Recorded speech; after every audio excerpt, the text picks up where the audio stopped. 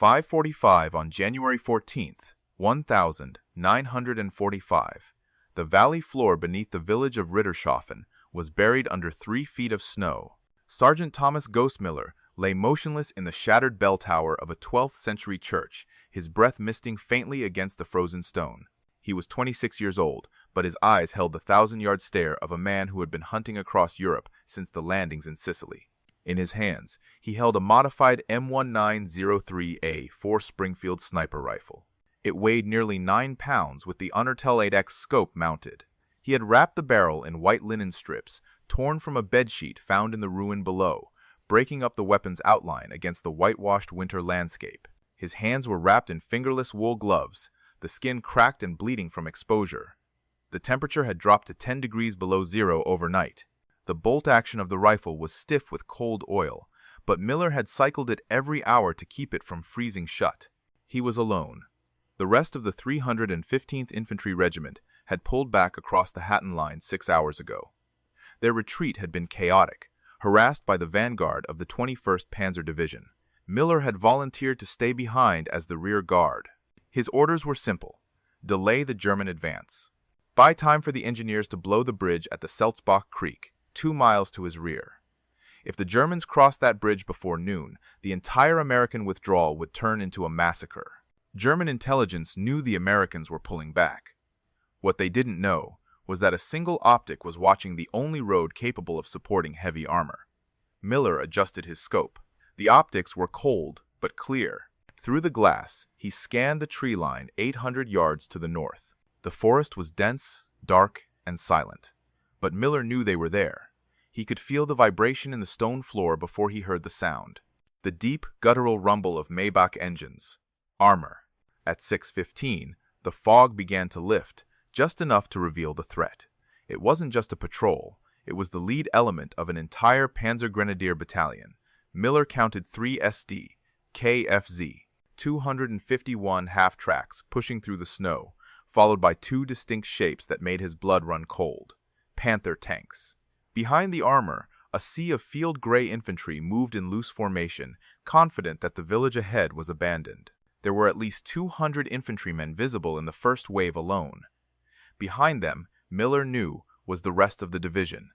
Thousands of men, artillery, support vehicles, and against them, 1 bolt-action rifle with 5 rounds in the internal magazine and 40 rounds of 30-06 ammunition in his belt. Miller checked his windage. The wind was blowing from the east at maybe 5 miles per hour. At 800 yards, that would push his bullet 6 inches off target. He compensated, shifting his aim slightly to the right. He wasn't aiming for the infantry yet. He was aiming for the lead half-track commander, a figure standing exposed in the open hatch, scanning the village with binoculars. If Miller fired now, he would give away his position immediately. The smart tactical decision was to let the lead elements pass, wait for the infantry to bunch up, and pick off stragglers. But Miller didn't have the luxury of playing it safe. He needed to stop the column. He needed to create a traffic jam on the narrow road leading into the village. He needed to make them afraid. He settled his cheek against the frozen stock of the Springfield. He exhaled slowly, watching the puff of white breath dissipate in the air. His heart rate slowed. The world narrowed down to the crosshairs and the gray uniform in the distance. The distance was extreme for a first shot in these conditions. 800 yards. Cold barrel. Shifting wind. Miller applied 3 pounds of pressure to the trigger. The sear broke. The rifle kicked against his bruised shoulder. The crack of the shot was swallowed by the snow-dampened air, but the result was instantaneous. 800 yards away. The commander in the lead half-track crumpled, dropping back into the vehicle as if his strings had been cut. The German column didn't stop immediately. For a few seconds, there was confusion. The driver of the lead half-track, panicking or perhaps just reacting to the sudden loss of command, slammed on the brakes. The vehicle skidded sideways on the ice, blocking half the road. The Panther tank behind it had to grind to a halt to avoid a collision. Miller worked the bolt. Click-clack. The brass casing spun out onto the stone floor, pinging loudly in the silence of the tower. He chambered a fresh round. The ghost of Rittershoffen had announced his presence. The division had stopped. But now, 200 pairs of eyes and the main guns of 2 Panther tanks were scanning the village, looking for the man who had dared to fire the first shot. The confusion on the road lasted exactly 6 seconds. That was the time it took for the German non-commissioned officers to scream orders over the idling diesel engines. The discipline of the Wehrmacht kicked in. The infantrymen who had been walking casually behind the armor instantly dissolved into the tree line, diving into the snow-filled ditches on either side of the road. Miller watched through the inertial scope.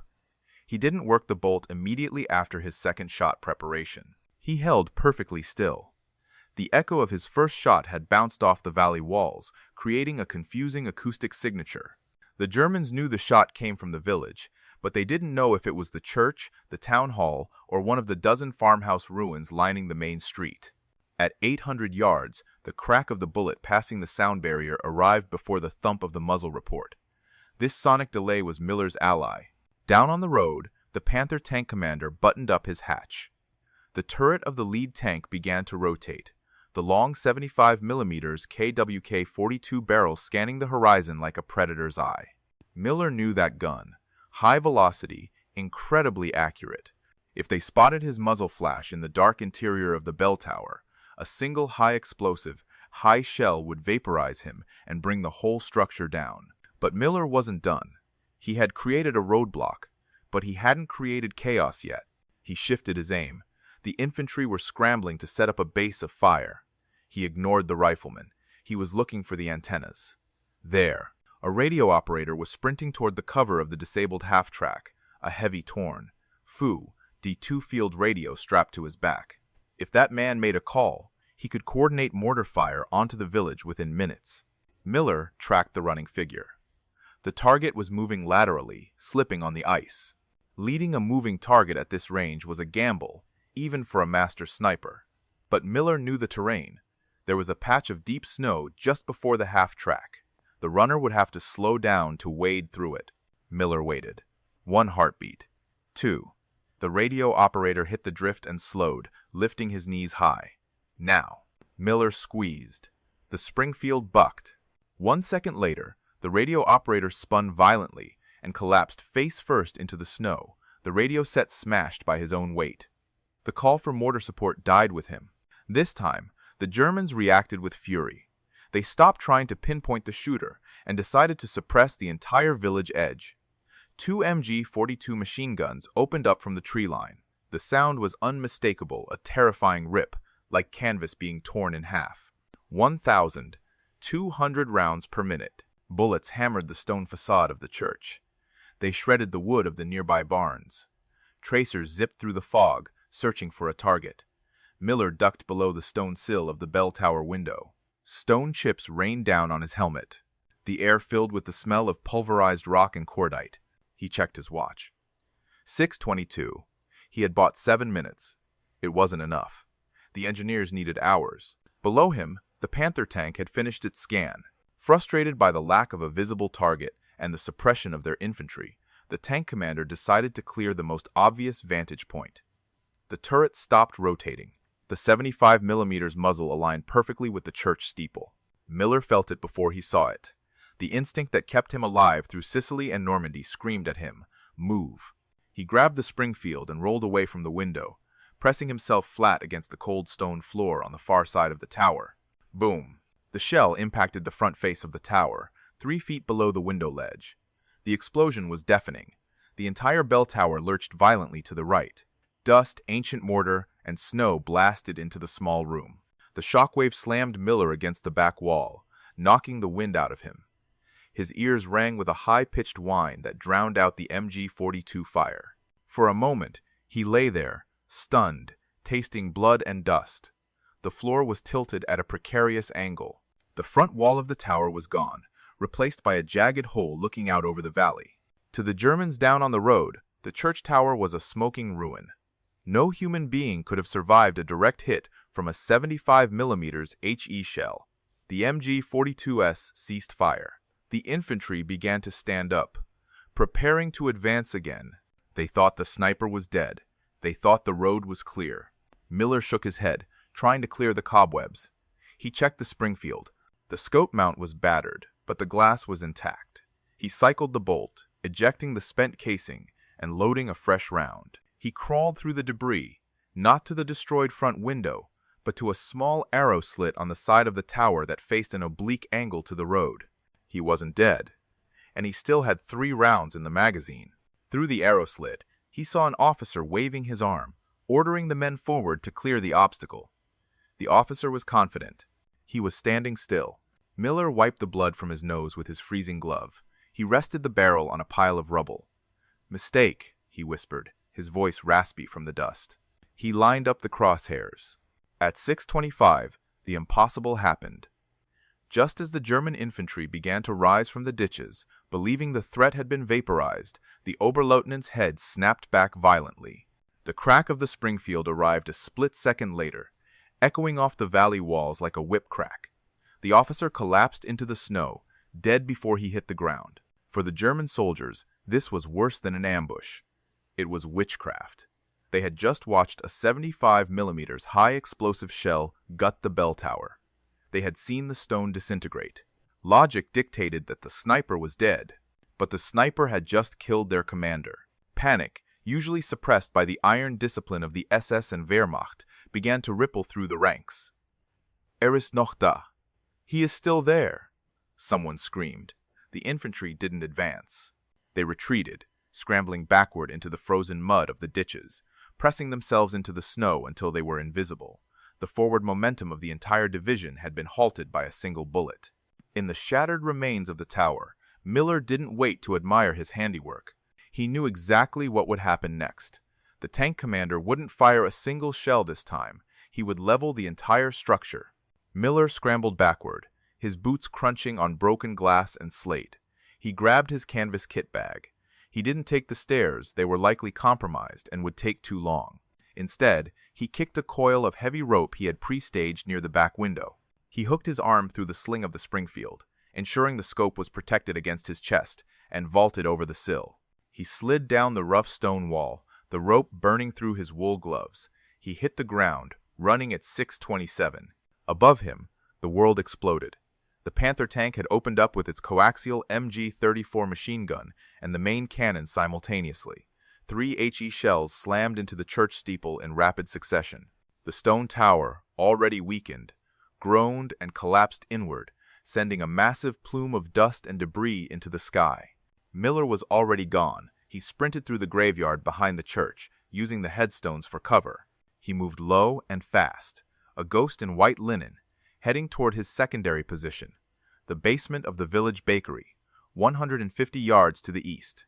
He dived through a blown-out window frame just as shrapnel from the church explosion raked the street. He rolled across the flour-dusted floor, gasping for air. The bakery smelled of yeast and cordite. It offered a narrow, ground-level view of the main road, specifically the intersection where the German armor would have to turn to cross the bridge. Miller checked his rifle. The scope was knocked out of alignment by the rough descent. He cursed silently. He pulled a dime from his pocket and adjusted the windage knob, counting the clicks. He didn't have time to test fire. He had to trust his instincts and the math. Outside, the German tactics shifted. The column commander realized he couldn't simply blast his way through an invisible enemy. He needed to root him out. The engines of the half-tracks roared to life, but they didn't advance down the road. Instead, they deployed infantry. Through the basement window, Miller saw them. A squad of 10 men, moving in a bounding overwatch formation. They were entering the village, moving house to house, kicking in doors, throwing grenades into cellars. They were hunting him. Miller knew he couldn't fight a house-to-house battle with a bolt-action rifle. He needed to slow them down, make them cautious, make them check every corner for an hour instead of a minute. He needed to take out the point man. The lead German soldier was carrying an MP-40 submachine gun, moving cautiously past a frozen water trough. He was 200 yards away. An easy shot compared to the earlier ones, but the angle was tricky. Miller was firing upward from a basement. The bullet would rise relative to the line of sight. He adjusted his hold, aiming for the soldier's belt buckle. He waited until the man stepped away from the cover of a stone wall. Breathe. Pause. Squeeze. The rifle cracked. The point man doubled over and fell, screaming. The rest of the squad instantly froze and threw smoke grenades, filling the street with thick gray obscuration. Miller didn't fire again. He didn't have to. By wounding the point man instead of killing him instantly, he had forced the squad to stop and render aid. It takes one man to fight, but it takes two to carry a wounded comrade. He had just taken 3 soldiers out of the fight with 1 bullet. But now, the Panther tank was moving again. It was rolling slowly past the church ruins, its treads crushing the debris. The commander wasn't looking at the church anymore. He was looking at the bakery. At 6:35, the world turned into noise and pressure. The Panther tank didn't just fire once, it fired 3 times in rapid succession. High explosive shells slammed into the brick facade of the bakery. The upper 2 floors, weakened by centuries of age, simply disintegrated. Tons of oak beams, slate roof tiles, and brick masonry collapsed downward. To the German tank crew, the target was obliterated.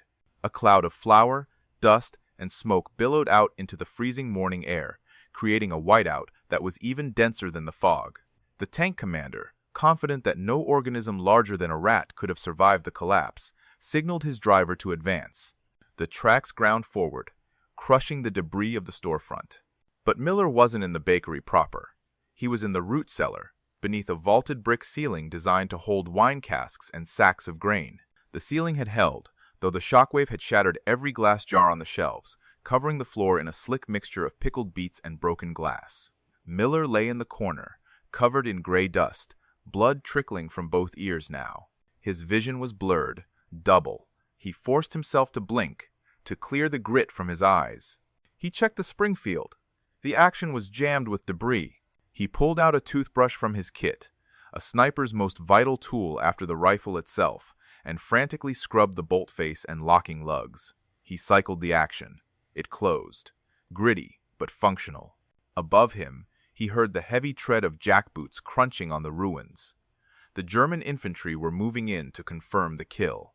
They were shouting, their voices muffled by the tons of rubble above. Alles klar, vorwärts, all clear, move forward. Miller looked at the small coal chute grate at the top of the cellar wall. It was street level. Through the iron bars, he could see the treads of the Panther tank rolling past, just 5 feet away.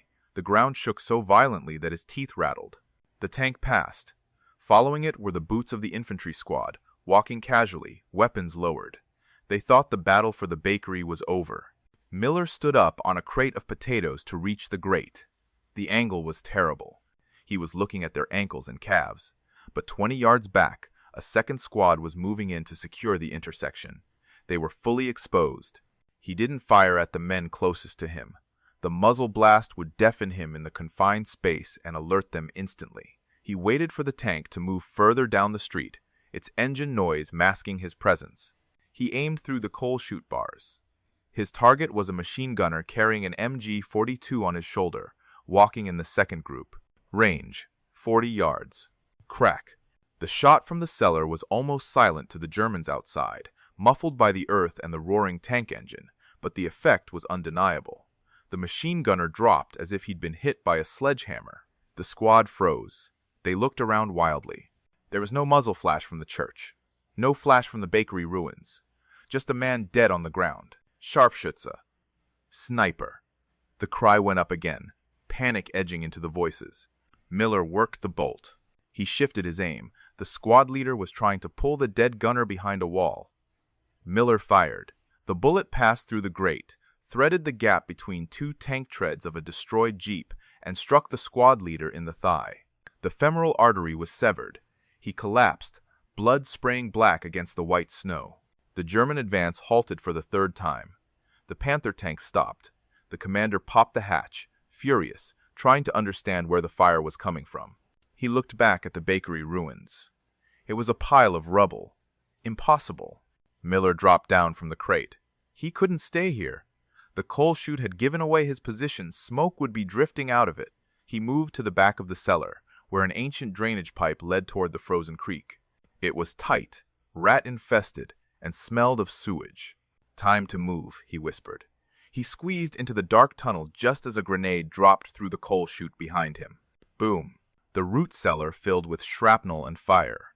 But the ghost was already crawling through the muck, heading for his 3rd position, the ironworks factory on the edge of the river. At 6:48, Miller spilled out of the drainage pipe into the cooling slice of the Rittershofen Eisenwerk ironworks. He was covered in freezing muck, his hands numb, his body shivering violently, but he was alive. The factory loomed above him like a cathedral of rusted steel. The roof had been partially blown off by Allied bombing weeks prior, allowing snow to drift down onto the massive hydraulic presses and assembly lines. It was a maze of catwalks, suspended chains, and heavy machinery. To a regular infantryman, it was a nightmare. To a sniper, it was a playground. Miller didn't stay on the ground floor. He knew the Panther tank would breach the main gates any second. He scrambled up a maintenance ladder, his boots ringing faintly on the metal rungs, ascending 40 feet to the overhead gantry crane track. From up here, the factory floor was a chessboard. At 6:52, the south wall of the factory exploded inward. The Panther tank didn't bother with the doors. It simply drove through the brick wall, bringing tons of masonry down with it. The diesel engine roared, echoing off the metal walls like a trapped beast. Following the tank, 2 squads of SS Panzer Grenadiers fanned out, moving tactically between the heavy machines. They were smart. They knew he was here. They were checking the corners, checking the shadows, but they weren't looking up. Miller lay prone on the narrow maintenance walkway, high in the rafters. He stabilized his rifle against a steel I-beam.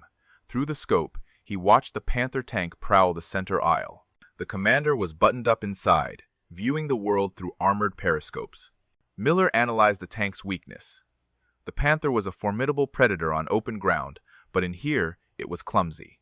Its long 75mm barrel had to swing slowly to avoid hitting pillars. More importantly, Miller knew the specs of the KWK-42 main gun. It had a maximum elevation of only 20 degrees. He was at a 45-degree angle above them. The tank literally could not raise its gun high enough to shoot him, but the infantry could. Miller scanned the grenadiers. One soldier stood out. He wasn't carrying a rifle. He was carrying a heavy tank on his back and a distinctive projector nozzle in his hands. A Flammenwerfer, 41, flamethrower. If they decided to burn the factory down to flush him out, Miller would roast alive in the rafters. The flamethrower operator was the priority target. The operator was moving cautiously behind the tank, using its bulk for cover. Miller waited. He needed the man to step away from the rear hull. Down below, an officer shouted, pointing toward the drainage pipe Miller had just exited. The flamethrower operator stepped out, preparing to fire a burst into the tunnel to clear it. Range, 60 yards. Angle, steep depression. Miller aimed for the fuel tank on the soldier's back. It was a cruel shot, a war crime in some eyes, but this was survival. Crack. The bullet struck the pressurized nitrogen propellant tank. It didn't explode immediately like in the movies. Instead, the tank ruptured. The pressurized fuel sprayed out in a violent jet, soaking the operator and the 2 men next to him. A spark from the bullet impact, or perhaps the pilot light on the nozzle, ignited the mixture. A ball of orange fire engulfed the rear of the Panther tank. The flamethrower operator screamed, a horrific sound that echoed endlessly in the metal hall. The infantry squad scattered in terror, trying to escape the burning fuel that was spreading across the oil-slicked floor. The Panther tank panicked. The driver, seeing fire in his rear vision blocks and fearing an engine fire, slammed the tank into reverse. The massive vehicle lurched backward, crushing a lathe machine and pinning a retreating German soldier against a pillar. Miller cycled the bolt.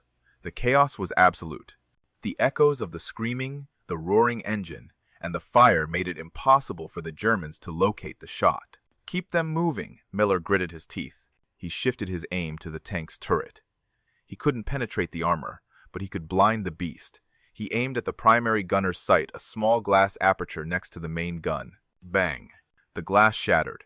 Inside the tank, the gunner recoiled as shards of optics flew into his face. The Panther was now half blind. The German officer on the ground, realizing they were being picked apart from above, finally looked up. He saw the muzzle flash in the rafters. Oben, im Kran, up there, in the crane.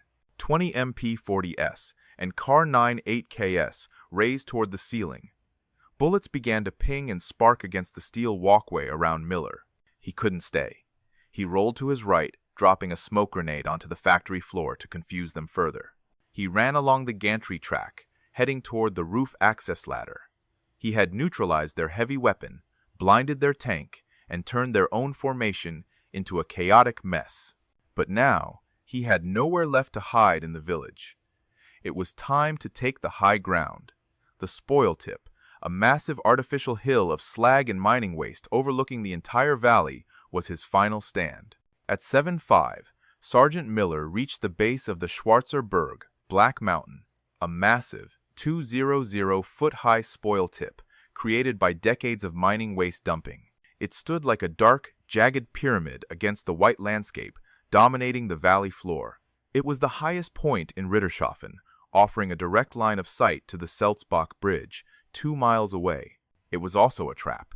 There was no cover on the slopes, just loose, unstable slag that shifted like black sand underfoot.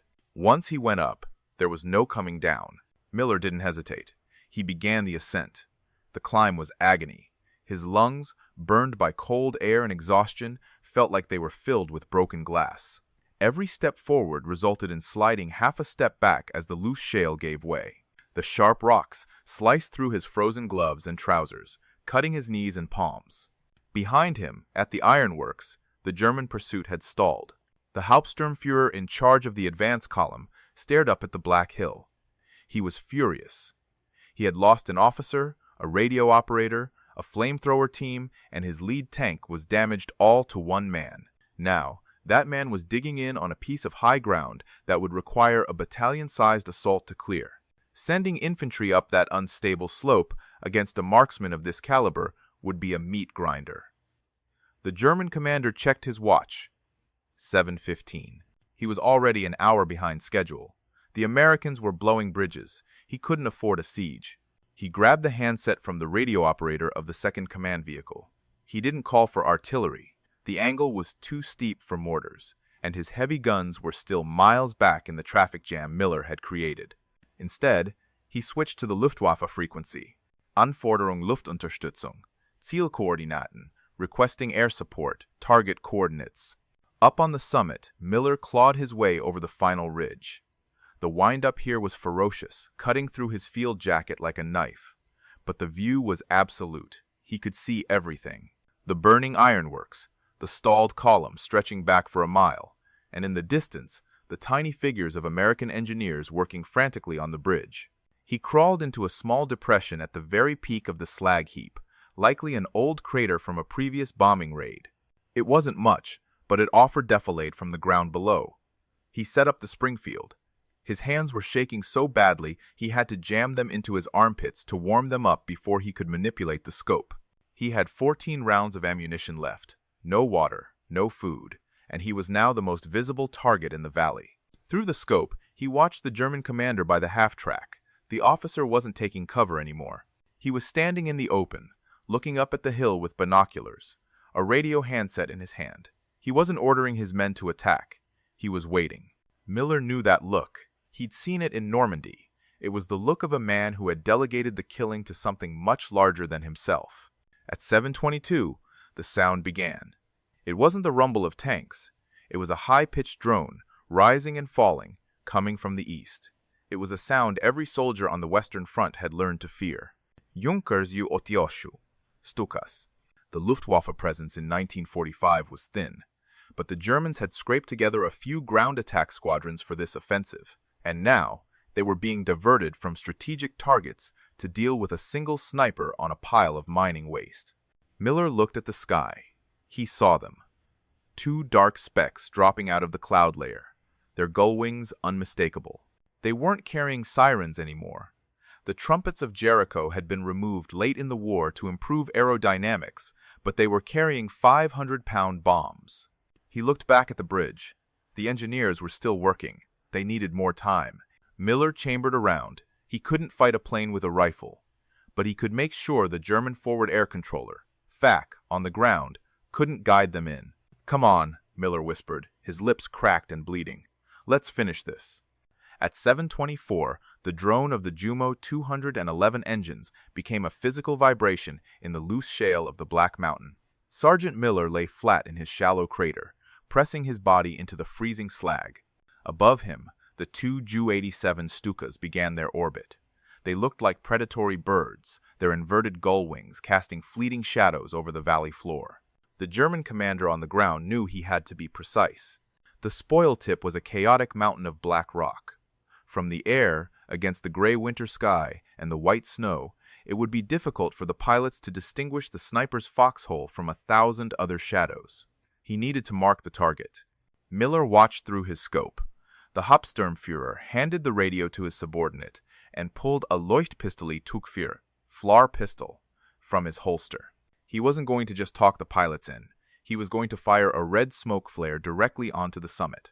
Once that red smoke was visible, the pilots would simply drop their 500-pound bombs on the color.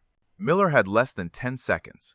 The officer raised his arm, aiming the heavy flare pistol toward the peak. He was 900 yards away, a distance that was theoretically impossible for the M1903, a 4 in these conditions without a spotter. The wind at the peak was gusting, but the air in the valley was still. The bullet would have to travel through 2 different weather systems. "Don't breathe," Miller told himself. His heart hammered against his ribs, threatening to throw off his aim. He didn't aim at the officer's head too small. He didn't aim at the chest too much thick winter clothing. He aimed at the junction of the shoulder and the raised arm. He needed to stop the flare. The lead Stuka dipped its wing, beginning its attack run. The pilot was waiting for the red smoke. Miller squeezed the trigger. It was a Hail Mary shot, a prayer sent in. 30 caliber. The rifle kicked, driving the butt plate into his bruised shoulder. 1 second. 2 seconds. Down in the valley, the officer's arm jerked violently backward. A spray of red mist erupted, not smoke but blood. The bullet had struck his upper arm, shattering the humerus. The flare pistol discharged, but the impact had thrown his aim wild. Instead of arching high onto the summit, the red smoke canister spiraled horizontally, hissing and sputtering, and landed directly in the middle of the stalled German infantry column. "Mistake," Miller whispered, racking the bolt. The result was catastrophic for the Germans. The lead Stuka pilot was already committed to the dive. He was traveling at 350 miles per hour, plummeting toward the earth at an 80-degree angle. He saw the red smoke billow out. He didn't know it was in the wrong place. He assumed the forward air controller had marked a concentration of American troops or a concealed bunker. The pilot pressed the release button on his control stick. The bomb crutch swung down, throwing the SC-250 bomb clear of the propeller arc. Miller watched from his high perch as the 500-pound bomb detached from the plane. It didn't fall toward him. It fell toward the road. The explosion at 7:25 registered on seismographs in Strasbourg, 30 miles away. The bomb detonated in the center of the German formation, right where the red flare was burning. It vaporized 2 half-tracks and a cargo truck carrying mortar ammunition. The secondary explosions were spectacular. A fireball mushroomed into the sky, turning the gray morning into a flash of orange and black. The shockwave rolled up the side of the Black Mountain, hitting Miller like a physical blow. He buried his face in the dirt, as shrapnel whined overhead like angry hornets. The second Stuka pilot, seeing the devastation below and realizing the error, aborted his run. He pulled up hard, his engine screaming as he fought the G-forces, banking away from the valley. The Luftwaffe had just bombed their own division. Down on the road, chaos reigned. The discipline that had held the German unit together for hours finally snapped. Men were screaming, running for cover, abandoning vehicles. The command structure was decapitated. The officer who had called in the strike was bleeding out in the snow, and the radio equipment was destroyed. Miller slowly lifted his head. His ears were ringing so loudly he couldn't hear the wind anymore. He checked his rifle. It was covered in black dust, but the action was clear. He looked down at the burning wreckage of the column. He had won. He had stopped the division. The bridge was safe. But then he felt the ground beneath him move. The shock wave of the bomb hadn't just destroyed the Germans. It had destabilized the spoil tip. The Black Mountain was essentially a pile of loose debris, held together by friction and ice. The vibration of the 500-pound bomb had broken that friction. A deep, groaning sound rose from the earth, louder than the Stuka engines. Cracks began to appear in the slag around Miller's crater. The entire southern face of the hill, the side facing the road, began to slide. It was a landslide, and Miller was riding the crest of it.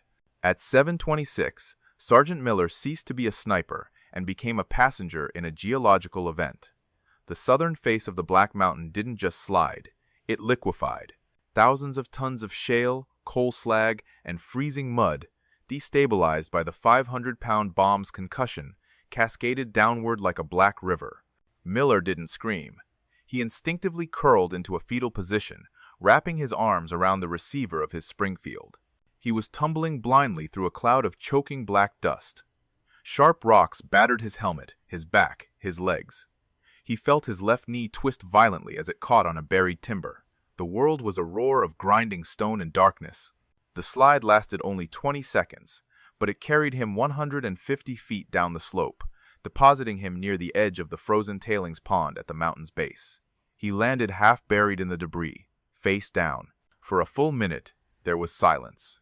The dust cloud hung over the valley like a funeral shroud, obscuring everything.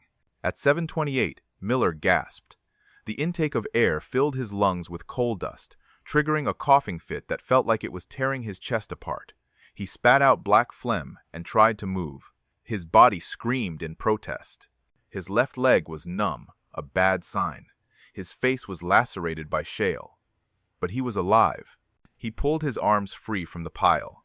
He looked at the rifle. The M1903A4 was a rugged weapon, built on a Mauser action designed to survive trenches, but the Ardennes 8X scope was a precision instrument. The rear lens was shattered. The mount was bent 30 degrees to the right.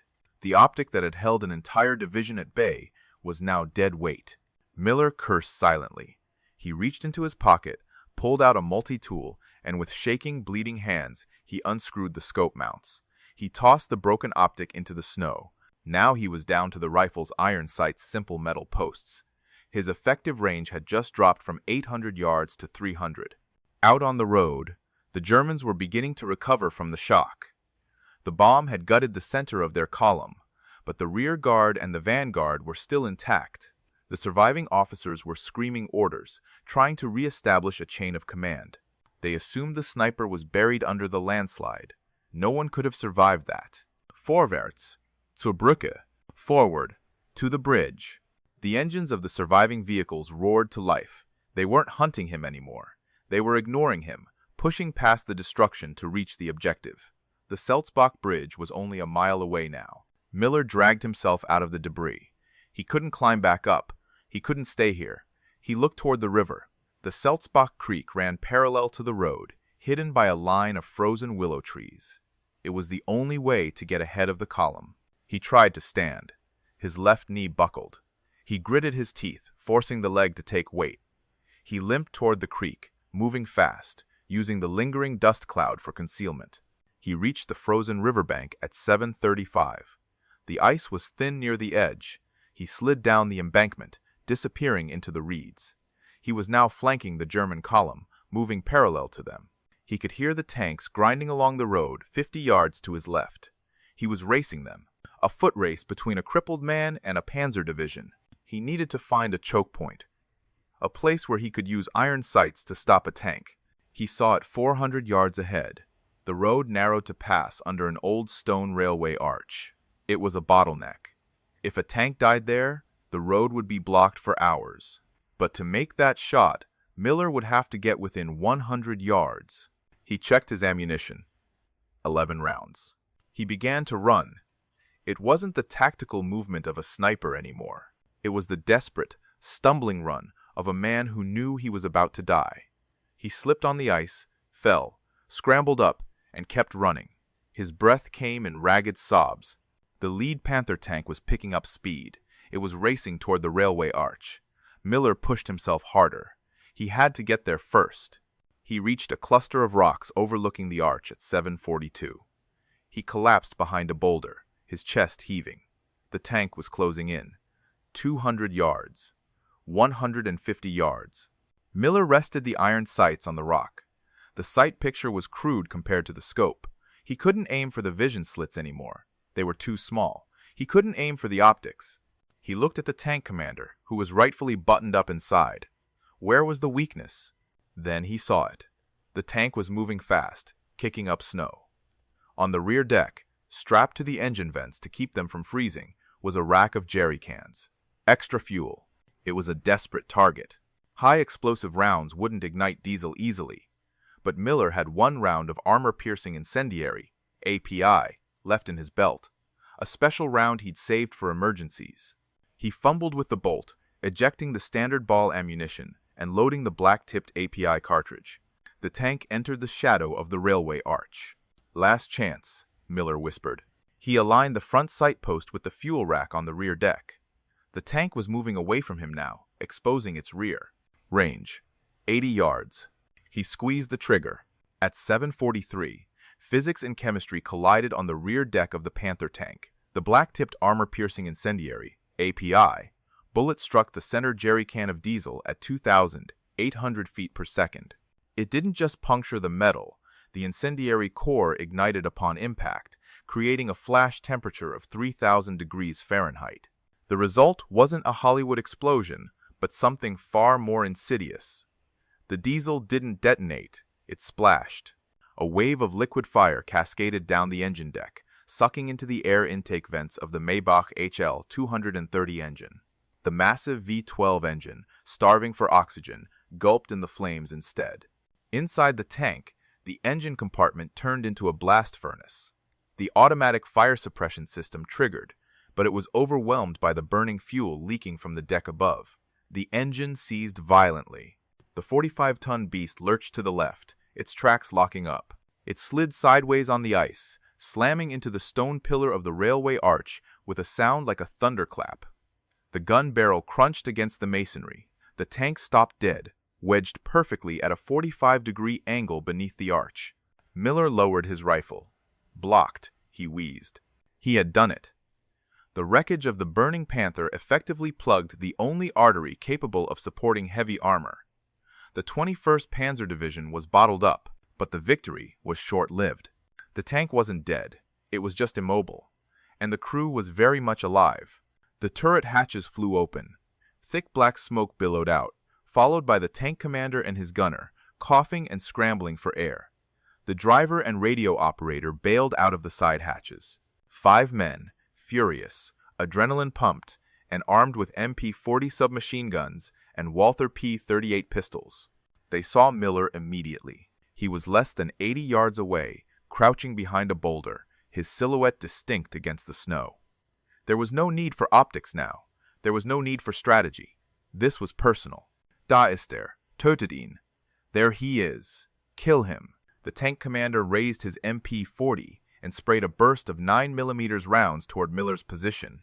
The bullets chipped the rock inches from Miller's face, sending stone splinters into his skin. Miller racked the bolt of the Springfield. He had standard ball ammunition loaded now. He popped up, aimed with the iron sights, and fired. The bullet struck the loader in the chest just as he hit the ground. One down. But he couldn't cycle the bolt fast enough. The remaining 4 crew members were rushing him, using the burning tank as cover, firing as they ran. Miller dropped back behind the rock. His left hand fumbled for his holster. He pulled out his M1911A1 Colt, .45 pistol, 7 rounds in the magazine, 1 in the chamber. It was a heavy, reliable weapon, but against 4 men with automatic weapons closing the distance, it was a suicide note.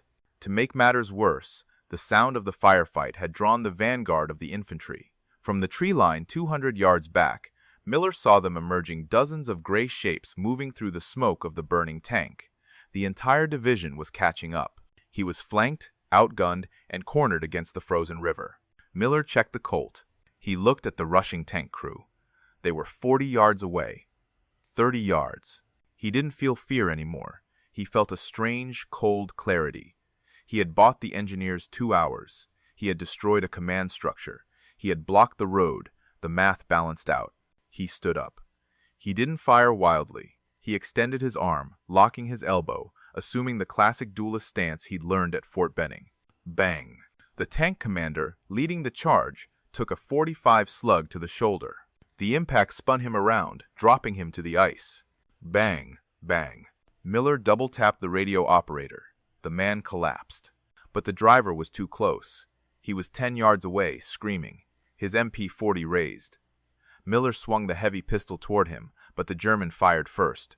A string of 9mm bullets stitched across Miller's torso. The impact felt like being hit by a baseball bat. The air left his lungs. He was thrown backward, landing hard on the frozen mud of the riverbank. The sky above him was gray and spinning. He couldn't feel his legs. He tried to raise the pistol, but his arm wouldn't obey. The weapon slipped from his numb fingers. The German driver stood over him, panting, smoke rising from the barrel of his MP-40. The soldier's face was smeared with soot and oil, his eyes wide with a mixture of rage and terror. He looked down at the man who had stopped an army. Miller looked up. He tried to speak, to say something defiant, but all that came out was a bubble of blood. He closed his eyes, waiting for the final shot. He heard the German soldier shift his grip on the weapon. He heard the safety click off. Then he heard a different sound. A low, whistling scream coming from the west. It grew louder, tearing the air apart. Artillery. But it wasn't German. At 7:45, the execution never happened. The whistling sound that had frozen the German driver wasn't a stray shell. It was the herald of a time on target. Barrage. 12 American 155 mm, long Tom howitzers, positioned 5 miles back behind the Selzbach line, had coordinated their fire to land simultaneously.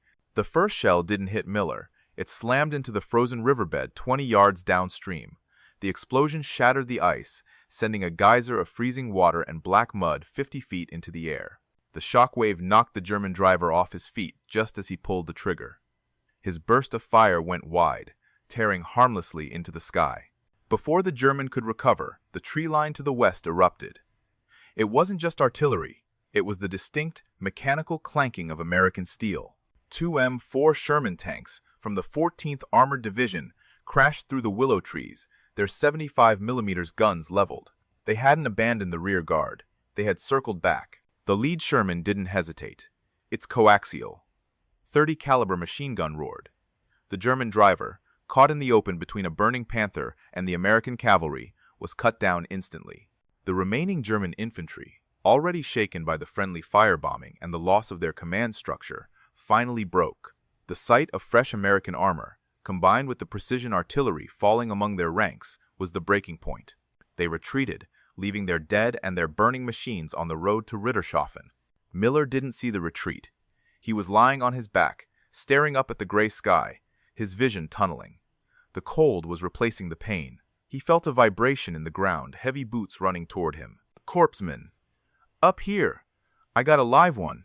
A face appeared above him, a young medic with a red cross on his helmet. He looked terrified.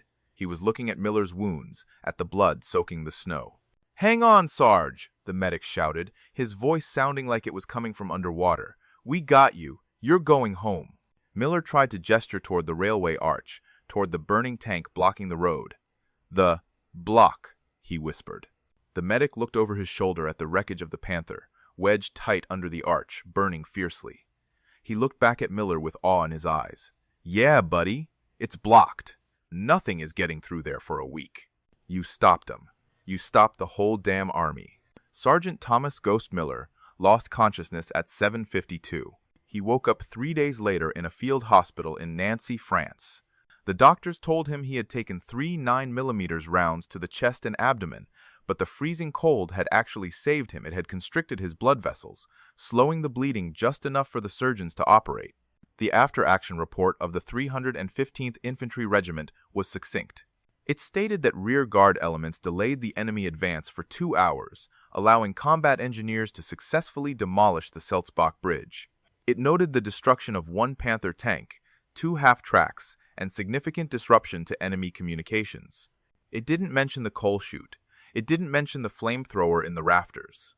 It didn't mention the Stuka bombing its own men. History often forgets the gritty details. But the men of the 21st Panzer Division remembered. In prisoner interrogations weeks later, German officers spoke of a phantom battalion that had held Rittershoffen. They believed they had been fighting a reinforced company of elite rangers, supported by heavy weapons. They refused to believe it was one man with a bolt-action rifle and a broken scope.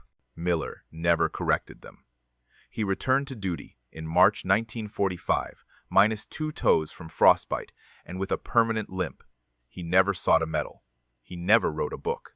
He was a craftsman, and war was his trade. When he died in 1988, his obituary in a small Ohio newspaper listed him simply as a retired machinist and loving grandfather. There was no mention of the day he pinned down a division, no mention of the airstrike called in just for him.